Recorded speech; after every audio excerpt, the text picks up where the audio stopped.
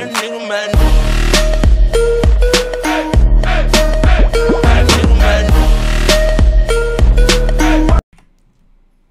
guys, what's going on? It's your boy Savage here, Fuse Mosins here, and we are doing some Overwatch. This will be Overwatch episode number 3. If you guys haven't already checked out the 2 episodes before, number 1, number 2, they're in the playlist. If you're not watching this on the playlist and you're watching it on like my actual channel uploads, you guys could check those out on my main channel. Basically what this is a series of which we basically try and clean up the CSGO matchmaking community and community. I guess we're gonna do that. We're gonna clean up the community. No, it's Overwatch is simply a tool in which lets verified players basically just get access to the reports that you could do in game by right clicking on their name like this. Oh, I can't do it in here because it's an Overwatch, but in game, if you're in the game with them, enemy or friendly, you could typically report, oh, this guy's got some obvious walls. But yeah, it just lets you report, and based on the reports that you get from the in-game, like let's say that you report them for walls in-game or aimbot, it will then create a Overwatch ID or case ID, which then will be generated and sent to Overwatch investigators who are handpicked by Steam and or CSGO people who made CSGO. And they are able to basically, with enough Overwatch investigators reporting this guy, then Overwatch will check it for malicious content or malicious scripting or scripts or etc.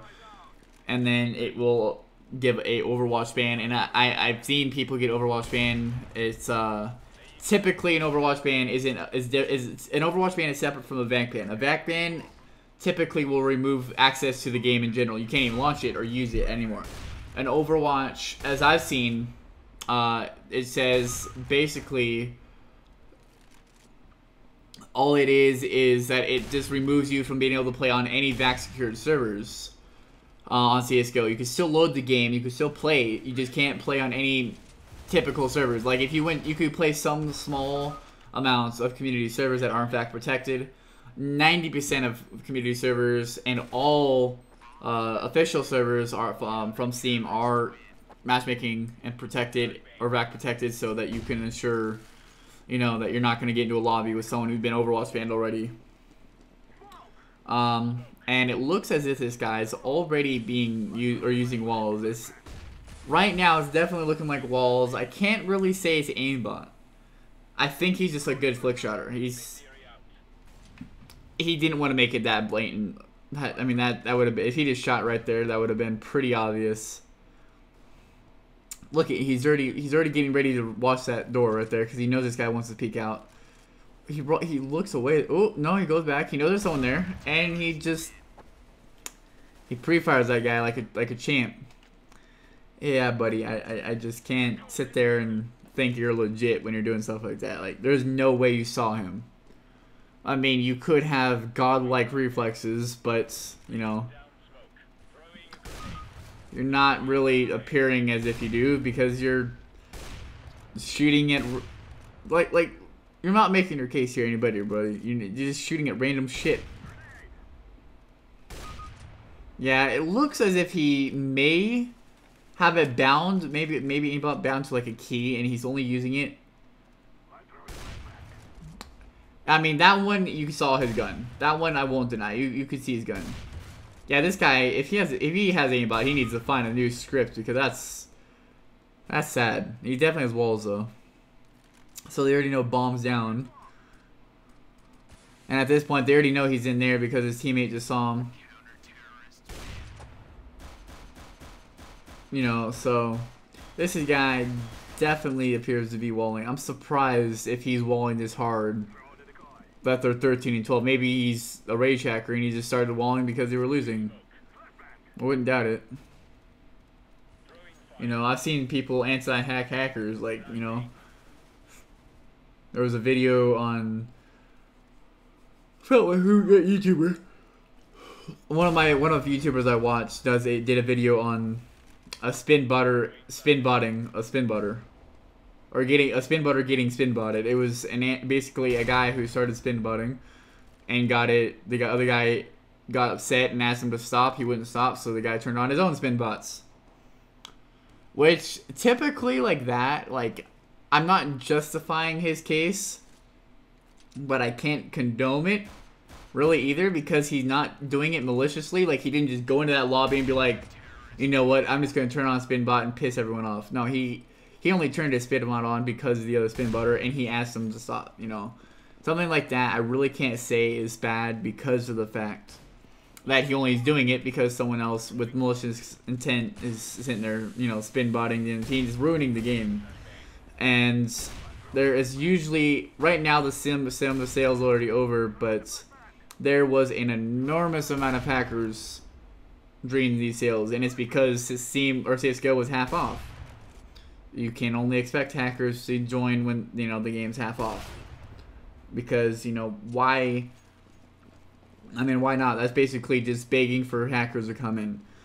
But luckily, if you haven't already known, they added a system in which requires a military rank or a private, you know, corporal, sergeant, etc. And you need rank 3 before you can even start competitive now. So it stops smurfing.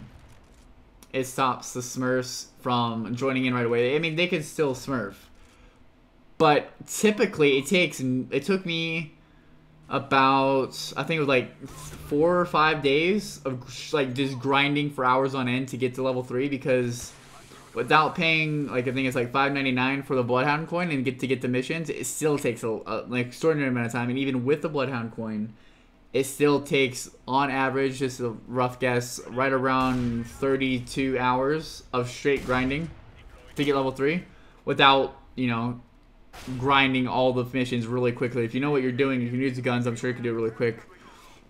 But I have problems using scouts really bad, so there was 2 scout missions that you have to complete before you can get the other ones.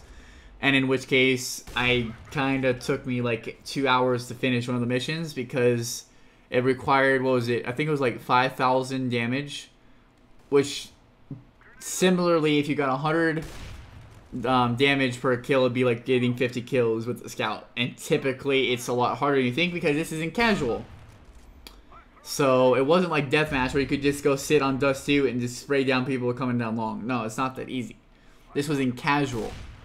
You know, they do have a casual and a deathmatch one. The deathmatch one, I'm pretty sure, was kills though, and I think it was 40 kills, which was the easier one for me, because getting the kill is easier for me than racking up a whole shit ton of damage. Okay, yeah, this guy's obviously wall hacking. There's no way, no doubt in my mind. It's like 6 a.m. 7 a.m. or something now. And I haven't slept for, I got up at, what was it, 2 p.m. yesterday? My sleep schedule is all whack. And if you guys want to see competitive gameplay, like straight gameplay, like not like my last one where I kind of just edited over it, you know, I could do that for you guys too. Not griefing, not doing that. Definite vision assistance, and can't really say he was aimbotting because it wasn't really enough there for me to say truly that he had an obvious aim assistance. Definitely had walls though. That I can't deny. So I hope you guys enjoyed. It's been your boy Savage, aka Refuse Wilson, and I will see you guys in the next episode, number 4. Thank you guys, and peace out.